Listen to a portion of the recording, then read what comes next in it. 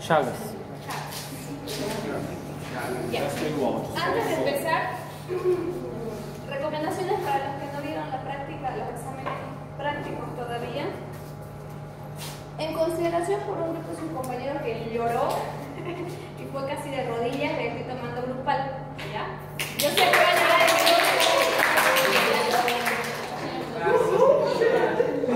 porque están en semana de exámenes. Lo siento, tu compañera dio también individual hoy día por llegar tarde. Ya hay 2 personas dieron individual. Y ahora, Ella también dio individual por llegar tarde. no, estoy diciendo eso ya. Pero, un momento. Tiene que ser, si es que va a ser grupal, ahí no hay ayuda. Porque a vos te ayudé harto. No hay ayuda en nada. Si su examen está mal, se corrige mal. Ahí no hay ayuda. Yo interrogo al paciente mientras ustedes lo están interrogando para corregirlo. Porque son 5 cabezas pensando juntas. Entonces están solos. Ahora, si quieren darlo individual, lo pueden dar individual, ahí yo les ayudo un poco. Si quieren darlo grupal, lo dan grupal sin ningún tipo de ayuda. ¿Ya? La modalidad sigue siendo la misma. Sigue siendo igual. Son 4 preguntas que ustedes van a hacer en relación a la evolución del paciente. Los del día jueves, si se confirma el paro, vamos a tener que verlo la próxima semana. ¿Ya? De todas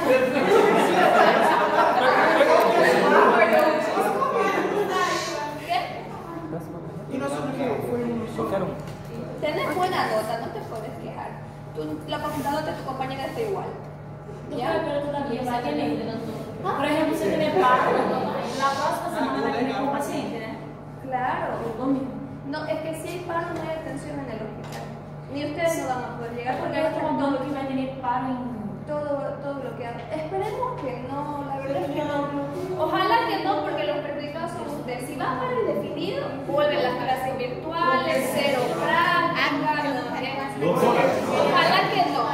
Este paro era para não haver mais paro, né? ¿Cómo? Este paro é para não haver mais paro, não é isso? Ojalá. Não pode ser um paro para não ter paro. ¿Por qué paro? Tranquilo. Lo que pasa es que, bueno, vamos a perder mucho tiempo. Rapidito, hay un paquete de leyes que quiere implantar el gobierno y el paro es en contra de ese paquete. Ya. A la clase, porque son 2 temas hoy día, Chagas y enfermedad cardiovascular aterosclerótica, y hasta aquí el examen. ¿Ya? Chagas es cortito, son 35 días.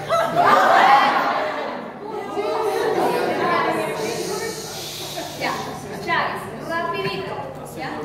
Importantísimo para toda Latinoamérica porque sigue siendo endémica, a pesar de que hay mucho programa Chagas en Bolivia, en Argentina, en Brasil, que han intentado eliminar el vector de transmisión, que es la vinchuca, ¿no?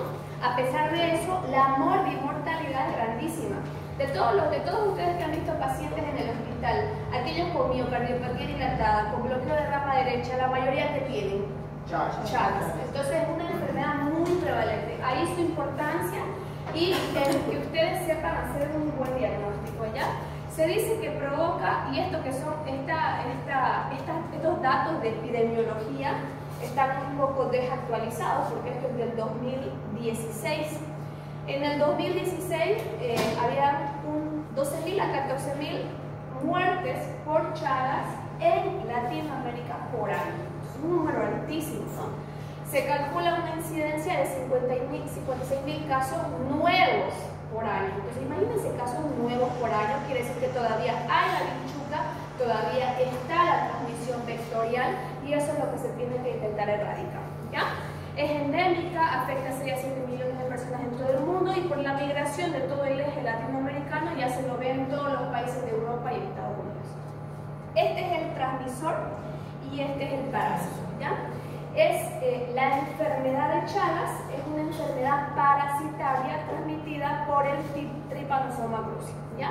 Este vive en la sangre de los animales y infecta a las personas en el momento en que se produce la inoculación, ¿ya? La vinchuca, que es el reservorio natural, pica a las personas en alguna parte del cuerpo y donde pica defeca. Entonces, la picadura produce una reacción inflamatoria, la persona se rasca y al momento de rascarse puede introducir la heces de la vinchuca con el parásito en su interior a su organismo, o en otras ocasiones se rasca, se contamina las manos, se burla el ojo y tiene los signos típicos que vamos a ver más adelante, ¿ya? Esa es la vía de transmisión más común. Existen otras vías: la hemotransfusión, los accidentes de laboratorio, trasplantes con natal. Vía oral es muy raro. Hace unos 2 años se hizo viral un video donde se decía que había una infección por Chagas por consumir azaí, el fruto del azaí, pero se descartó, dijo que era otro tipo de trypanosoma, otro parásito, pero no era el que producía la enfermedad de Chagas. Este, para que lo conozcan bien, tiene estas rayitas como de cebra y esta es la coloración. Ahora, hay varios tipos de creatomino, varios tipos de vinchuca, no todos transmiten Chagas. Es un insecto de tamaño medio, 2 a 2.5, tiene bordeando en su abdomen esta sucesión de rayitas. Ataca siempre por las noches cuando no hay la luz natural, ¿ya? Y cuando no hay luz artificial igual. Sale de los escondrijos, por eso un antecedente que siempre nosotros preguntábamos cuando estábamos haciendo interrogación en el programa de Chagas era el tipo de vivienda, porque en las zonas más alejadas, en las zonas campo, donde no hay luz eléctrica, donde no hay casas revocadas, donde hay techo de jatata o paredes de adobe, es donde en las rendijas habitualmente se criaba, se formaba la vinchuca, ¿ya? Otras formas de transmisión mucho más raras son la vía congénita, por eso es norma, al menos en Bolivia, no sé en Brasil, pero que no sé qué pasó, se desconectó. Toda mujer embarazada, aquí se le hace laboratorio para Chagas durante el periodo de gestación, y si es que sale positivo, sí creo que es ahí, se le hace tratamiento al bebé en el momento del nacimiento. Ahora, ¿en quiénes se hace tratamiento antiparasitario? Generalmente existen 2 escuelas. Una es la escuela que hace tratamiento antiparasitario a todo paciente con Chagas, tenga o no tenga afectación de órgano. Y otra es la escuela que solamente hace tratamiento a personas jóvenes o mujeres en estado de gestación. Cuando lleguemos al tratamiento vamos a discutir con ustedes el porqué de cada uno. La vía digestiva oral por el consumo de alimentos contaminados, la vía transfusional y es mucho más raro cuando alguien recibe un trasplante de órgano, ¿no? Ahora se toman muchas más precauciones para hacer cualquier tipo de trasplante hepático, renal, pero hace años todavía era una vía de transmisión. Tenemos un Chagas agudo que se produce en el momento de la inoculación del parásito en la transfusión, y el Chagas crónico, que ya es un paciente que tiene antecedentes de Chagas en laboratorio, que puede o no estar con patología, ya sea cardíaca, gastrointestinal o nerviosa. El paciente que tiene una patología demostrada, esta puede estar en el corazón, en el aparato digestivo. El Chagas puede afectar desde el esófago hasta el ano o puede ser neurológica, las partes de disautonomías. Una combinación cardiológica y neurológica son las disautonomías. El paciente, por ejemplo, hablamos de pacientes que tienen incompetencia cronotrópica. ¿Se acuerdan? En la anterior clase, ese paciente que está sentado a una frecuencia cardíaca de 60, lo hacemos correr y llega a 80. Correr 50 metros y se cansa. ¿Qué pasó? Su corazón no se adaptó a la actividad física. Eso es incompetencia cronotrópica. Ahí el problema sí está en el corazón, pero es por una disautonomía. Muchos de los accidentes cerebrovasculares también son producidos por Chagas de origen neurológico y alteraciones del sistema nervioso parasimpático. El Chagas agudo se produce 20 a 30 días después de adquirir el organismo el parásito. Va a ir con mucha sintomatología o puede ir con ninguna. Se dice que aproximadamente solamente 5% se reconoce o se ubica el sitio de inoculación. Ahí tenemos el famoso chaboma. La vía de transmisión vectorial, la persona está dormida, la vinchuca generalmente como trabaja o ataca de noche, produce una zona de inflamación donde pica y succiona la sangre, el paciente se rasca la zona de inoculación y de esa manera introduce el parásito en el organismo. Los dos signos típicos que siempre lo van a encontrar en todos los libros cuando vean enfermedades de Chagas son el chagoma de inoculación, que es donde se produce el sitio de picadura, que ustedes lo ven y pasa por cualquier picadura de insecto, mosquito, cualquier tipo de picadura le puede dar esa pápula con un halo eritematoso.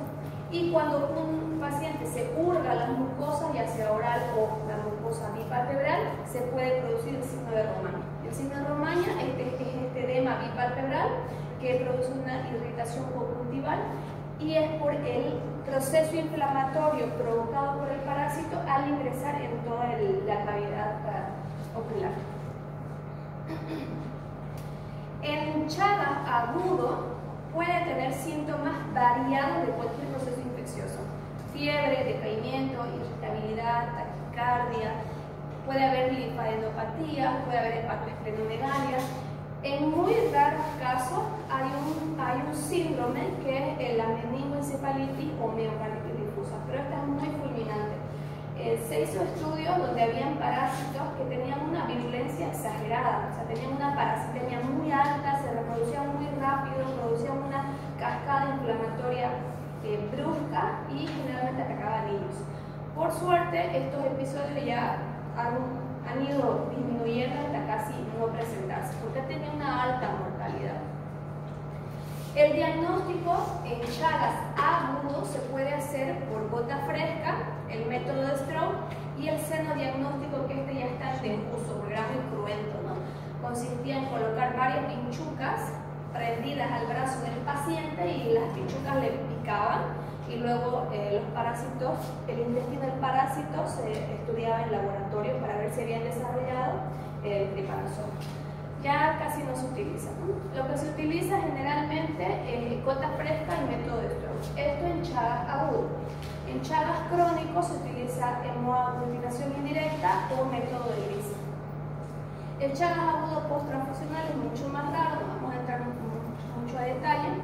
En el Chagas cognatal siempre se hace a todo bebé también estudio, todo bebé de madre con Chagas positivo, ¿no?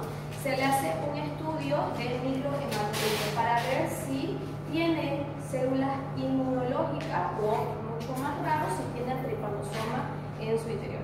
En el caso de que la parasitemia sea negativa, se le hace serología. La serología es ELISA o hemoaglutinación indirecta, preferiblemente, más específico, hacer ELISA. Todos ya, en la epidemia de Chagas, todos nos hicimos expertos en método ELISA. IgG, IgM, ¿no ven? IgG es para proceso crónico, IgM es para proceso agudo. Cualquier virus, parásito, puede hacerse serología, ¿ya? IgG, IgM. No se olviden las inmunoglobulinas. Inmunoglobulina M me dice que el proceso es agudo. Inmunoglobulina G me dice que el proceso es crónico, ¿ya? Porque eso es importantísimo. Porque si te sale, qué sé yo, dengue, un IgM para dengue, lo vas a medicar. Si te sale un IgG para dengue, lo tuvo hace cuánto tiempo, ¿ya? Entonces es muy importante saber distinguir. Si la parasitemia es positiva, se hace tratamiento. Los dos fármacos para hacer tratamiento en Chagas agudo son el Besmidazol y el Nifurtimox. Creo que aquí está el Besmidazol, 5 miligramos por kilogramo día por 30 a 60 días. El Nifurtimox y el Besmidazol son medicamentos muy hepatotóxicos. Entonces, en todo paciente adulto que se le haga tratamiento, porque si cualquiera de ustedes se hace el laboratorio para Chagas y el que sale positivo, están en todo su derecho de ir a su centro de salud, al programa Chagas o al CEDES, a Cenetrop y decir, hágame el tratamiento para Chagas. Le hacen firmar un montón de consentimientos y tienen que tener en cuenta que el tratamiento se hace por 3 meses, ¿ya? El tratamiento para Chagas siempre tiene que ir acompañado de perfil hepático, porque al ser hepatotóxico, a veces las transaminases empiezan a elevarse. Y eso también le va a ayudar al médico a disminuir dosis o a espaciar tomas, ¿ya? En el caso del nifurtimox es de 10 a 12 miligramos por kilogramo día por 3 meses, y el benimidazol depende si es niño, adulto o lactante. ¿Ya? Siempre tienen cualquier fármaco, desde un paracetamol puede tener efecto en la persona. No se olviden, pero nunca, si ustedes algún día tienen un paciente con tratamiento antiparasitario para Chagas, su perfil hepático, si es que su médico no se lo pidió o él no se lo hizo ya, porque hacen algunos falla hepática. Chagas crónico. Aquí es donde vamos a recalcar varios puntos, y es lo que quiero que presten mucha atención, porque el 95% de los pacientes que ustedes van a ver en consulta con Chagas, incluso creo que es más, 99%. Yo como cardióloga nunca he visto un Chagas agudo hasta ahora, nunca. Todos mis pacientes son con Chagas crónicos, ¿ya? Entonces es importante sus principales diagnósticos y qué exámenes ustedes van a solicitar, ¿ya? Existe una etapa preclínica, subclínica o inaparente en el que el paciente no tiene ninguna sintomatología y ninguna alteración. Lo único que tiene es un laboratorio, ¿ya? Lo que pasa es que la mayoría de las personas adquieren la parasitemia o la enfermedad de Chagas en el proceso de la niñez o adolescencia, ¿ya? Porque mucha gente ha migrado del campo a la ciudad, ¿no es cierto?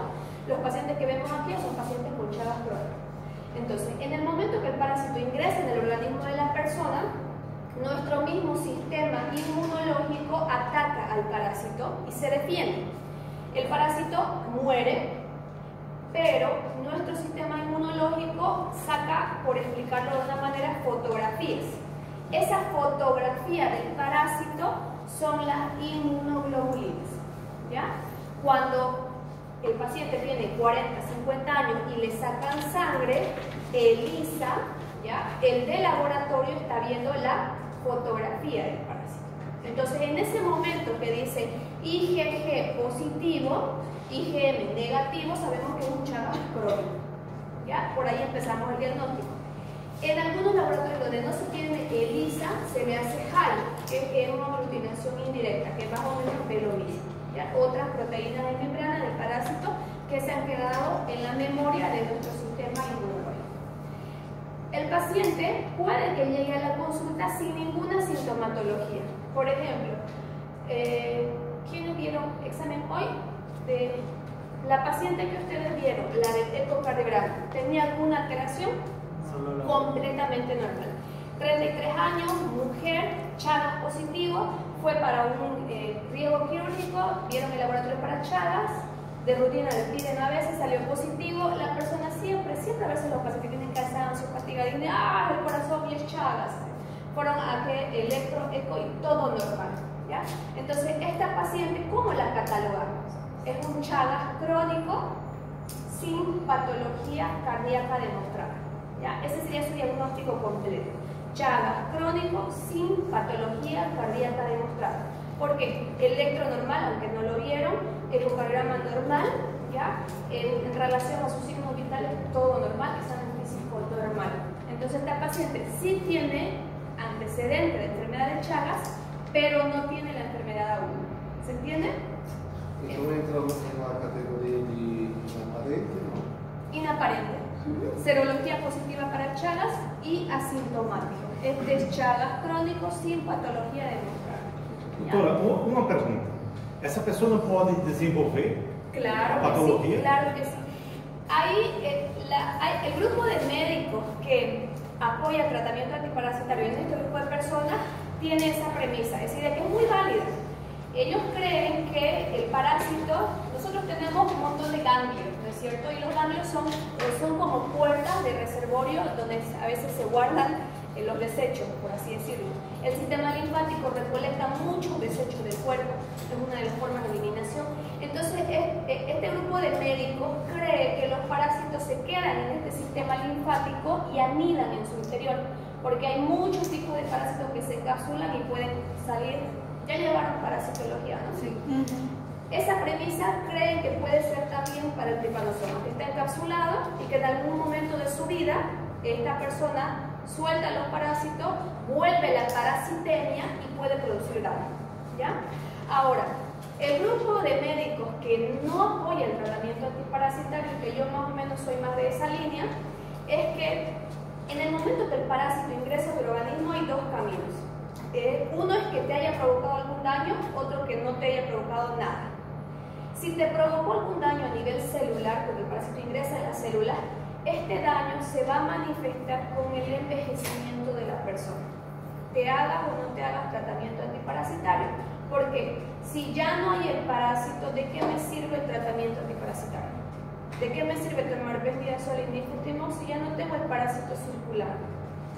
Entonces, el grupo que no apoya el tratamiento antiparasitario en Chagas crónico se apoya de esa teoría, de que el parásito ya no está en nuestro organismo y lo que tendríamos que hacer es vigilar a ese paciente a ver si algún día desarrolla. Yo sé que es más de expectativa, ¿no? Que no hacemos nada, pero hay muchos pacientes de que en relación al tratamiento les ha ido peor con el tratamiento antiparasitario que al grupo que no ha recibido nada. Por eso hay que saber bien a quién darle el tratamiento antiparasitario, pero es muy buen punto, ¿ya? ¿Cómo hacemos el diagnóstico? Yo sé que a un paciente no le vamos a pedir todo esto, ¿no? Tenemos que priorizar qué tenemos, como siempre les digo, qué tenemos a mano y con qué podemos contar. Pero ¿dónde podemos ver enfermedad de Chagas? En electro, en la placa, en las ergometrías, ecocardiograma, Holter, estudios de aparato digestivo, estudios ya de la parte neurológica y cámara. Lo más básico siempre es un electrocardiograma y lo que nos da el 60% de una historia clínica, el examen físico, ¿ya?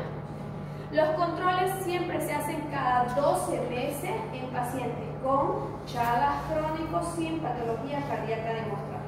Siempre hay que revisarlo al paciente. No es que usted no tiene nada, váyase y nunca más vuelva. No, hay que recalcarle que tienen que volver. Porque este año no lo tiene, pero no sabemos al año cómo va a evolucionar. ¿Qué podemos encontrar en un paciente en relación a la patología o la patogenia del desarrollo de la enfermedad?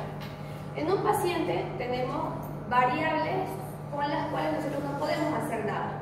Es hombre, es mujer, cuántos años tiene, el tipo de parásito. Como les explicaba en diapositivas anteriores, hay parásitos que fueron muy virulentos, que causaron una enfermedad bárbara. Hay pacientes, acá principalmente en la zona, toda la zona de los valles cruceños, es zona donde antes había bastante vinchuca. Entonces, muchos pacientes con Chagas son provenientes de los valles. Tuve un paciente que su hermano falleció cuando tenía 27 años de forma súbita. Nunca supieron cómo o por qué falleció. Cuando yo lo vi, tenía una miocardiopatía dilatada severa, fracción de eyección de 17% y todas las arritmias. Tenía FA, casítoles ventriculares y tenía 27 años. Y su hermano dice que tenían las mismas características. Chagas positivo, ninguna otra enfermedad. Trabajaba en campo, muy pesado, muy duro, dejó de trabajar en cuanto empezó a sentir cansancio. Entonces este paciente tuvo una parasitemia bárbara. Otros médicos del programa de Chagas tienen la teoría de que hay una exagerada parasitemia por múltiples tipos de parásitos, porque no hay un solo Trypanosoma cruzi, así como influenza A, B, C, D, igual tenemos Trypanosoma cruzi de diferentes subtipos, y piensan que recibieron picaduras de varios para que hayan llegado a tener esta evolución tan mala de la enfermedad. La vasculopatía, lesión endotelial, alteración de la inmunorregulación, nuestras células de defensa nos pueden atacar, y las disautonomías, ¿ya? Esto es lo que les expliqué, la teoría autoinmune y la parasitaria, en cuáles se hace, cuáles no se hace tratamiento antiparasitario.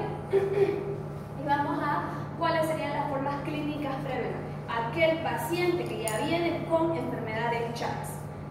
En un paciente con miocardiopatía chagásica podemos tener cualquiera de estos escenarios.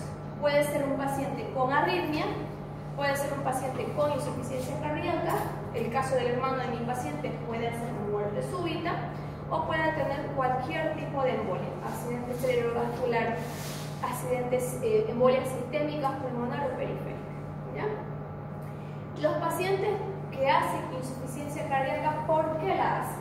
La hacen por disfunción sistólica, diastólica, por trastornos de la conducción, por arritmias, por insuficiencias valvulares. El diagnóstico es igual que cualquier paciente con insuficiencia cardíaca, electro, eco, el manejo igual que un paciente con insuficiencia cardíaca. A ver. Los veo aburridos, por eso no me gusta la diapositiva. Los veo dormir. Está bien. Ya. Pacientes que ya hemos visto. Vamos a desarrollar eso. Disfunción sistólica, diastólica o ambas. Cuando hablo de disfunción sistólica, ¿qué está mal? La contracción del músculo. ¿Ya? Entonces, disfunción sistólica, estamos en el BI no se contrae, ¿no? Puede ser porque esté dilatado, ¿ya? Acá nosotros tenemos entonces disfunción sistólica. ¿Qué clínica va a tener su paciente? Si tengo disfunción sistólica, ¿qué está afectado? Por ahí escuché. Bien, la fracción de eyección. Entonces, el flujo de sangre que sale por la aorta está disminuido, cayó. A medida, ¿se acuerdan la diapositiva? A medida que la fracción de eyección va cayendo, con el tiempo van apareciendo los síntomas, ¿no? Entonces, este paciente, si tiene disminución del flujo eyectado en el corazón, ¿qué sintomatología va a tener? Puede tener Cansancio, disnea, mareo, disnea paroxística. Disnea paroxística tiene un poquito más de evolución, tiene otra fisiopatología, pero disnea, astenia, dinamia, fatiga, bien, ¿ya? Disfunción diastólica, el paciente tiene una relajación prolongada, tiene presiones, hay un aumento de presiones de llenado en el ventrículo izquierdo. ¿A dónde repercute este aumento de las presiones? Aurícula. Bien. ¿Y de aurícula? Ao pulmón. Bien. ¿Y en pulmones qué voy a tener? Por este aumento de presión. Edema. Edema. Perfecto. ¿Y ustedes cómo van a ocultar ese edema? Crema. Bien. Arritmias supraventriculares o ventriculares. Entre las arritmias supraventriculares yo les digo que los pacientes con Chagas hacen todas las arritmias descritas en la literatura. Entonces podemos tener FA, podemos tener flúter, podemos tener extrasístoles supraventriculares, podemos tener extrasístoles ventriculares, podemos tener taquicardias ventriculares sostenidas y taquicardias ventriculares no sostenidas. ¿Quién me dice la diferencia entre sostenida y no sostenida? ¿Cómo es que? Diferencia entre taquicardia ventricular sostenida y no sostenida. ¿Cuál es la diferencia? Mais de 30 Bien, más de 30. Más de 30 segundos, una taquicardia ventricular es sostenida. ¿Ya? Bien, insuficiencias valvulares. Si tengo un ventrículo izquierdo dilatado, voy a tener una falla de coaptación valvar y esa falla de coaptación, dependiendo de la dilatación, va a ser una insuficiencia mitral leve, moderada o severa. Lo mismo en el lado derecho. Puede ser insuficiencia tricuspidia leve, moderada, severa, dependiendo de la dilatación. Doutor, ¿Ya? um paciente que tem 25 ou 27 anos com uma insuficiência mitral leve, Yeah. tem que tomar cuidado. No, Siempre, todos tenemos insuficiencia mitral leve. todos. Todos nacemos con insuficiencia mitral leve y tricuspidia fisiológica. Todos tenemos. Ese a veces, por eso en los ecocardiogramas yo siempre les pongo fisiológico. A veces es un error que cometemos los cardiólogos cuando ponemos insuficiencia mitral leve. En personas jóvenes, sin ninguna patología, ningún antecedente, ningún hallazgo de anatomía cardiológica, patológica, nada, no tiene diabetes, no es hipertenso, no tiene electro normal, placa torácica normal, diámetros de cavidades normales, ¿ya? Tiene una insuficiencia mitral, eso es fisiológico. No tiene ninguna, no traduce ninguna patología, ¿ya? A veces nos asustamos, muchos pacientes vienen, me ha tocado que vienen y me traen su eco hecho en otro lado y me dicen, tengo insuficiencia, ¿ya? Pero no leen mitral, porque eso dice, tengo insuficiencia, soy insuficiente. El paciente se asusta. Por eso en clase siempre les he recomendado, cuando tengan alguna duda o alguna observación, si es grave, si es algo malo del paciente, algo alterado, no lo hagan en voz alta y no delante del paciente, ¿ya? Hallazgos electrocardiográficos, todo lo descrito en la literatura. Disfunción, bloqueo, taquicardia, extrasístoles, todas las arritmias que quieran las hacen los pacientes con Charles, ¿ya? Bloqueo completo, bloqueo incompleto de rama derecha, hemibloqueo, bifasciculares, trifasciculares. Hay 2 diapositivas de electrocardiograma, más adelante, casi al final. Esas no van a entrar, se las voy a explicar después en el siguiente sábado, porque están todos los vectores. Y yo sé que ahorita me van a llorar porque están 1000 vectores y lo van a ver chino a Madrid. No va a entrar al examen, pero lo demás sí, ¿ya? Características, bloqueo completo de rama derecha. Yo veo B1, esa imagen, R, S, R, típico. Ahora, yo sé que muchas veces no viene así. Puede venir, así, ¿ya? R, S, R, es igual. R, S, R es lo que tiene que acordarse. Otras veces viene más chiquita, ¿ya? O a veces está distorsionada. Pero si ustedes ven que no es lo normal, porque en B1, ¿cómo es el QRS? ¿Se acuerdan? En B1 lo normal es que sea una R pequeñita y una S profunda. Eso es lo normal. ¿Por qué? Porque si recordamos despolarización, el primer vector es el vector septal. Y el vector septal lo veo chiquitito. El vector de despolarización del ventrículo izquierdo y de despolarización de las bases lo veo más grande. Por eso tiene esta morfología, RS. ¿No? Ya nos hemos olvidado. Vectores de despolarización. Primer vector, septal. Segundo vector, despolarización de los ventrículos. Pero ahí solo veo del BI porque es mucho más grande y opaca al del BD. Y el 3C, el de las bases. Entonces, teniendo los 3 vectores, yo dibujo B1, B2, B3, B4, B5, B6. En B1, ¿cómo lo voy a dibujar? La cabeza del vector para arriba. Despolarización del ventrículo izquierdo, veo la cola para abajo. Base, sigo bajando. Y en B6, ¿cómo lo vería? En B6 puedo ver negativo y luego voy a ver una R grande, ¿no? Por eso es importante los vectores.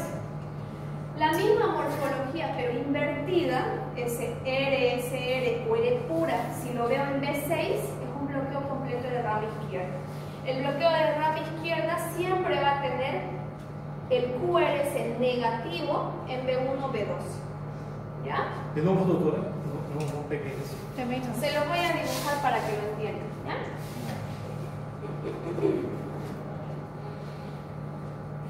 Los bloqueos de rama me alteran los vectores. Los vectores que acabamos de recordar.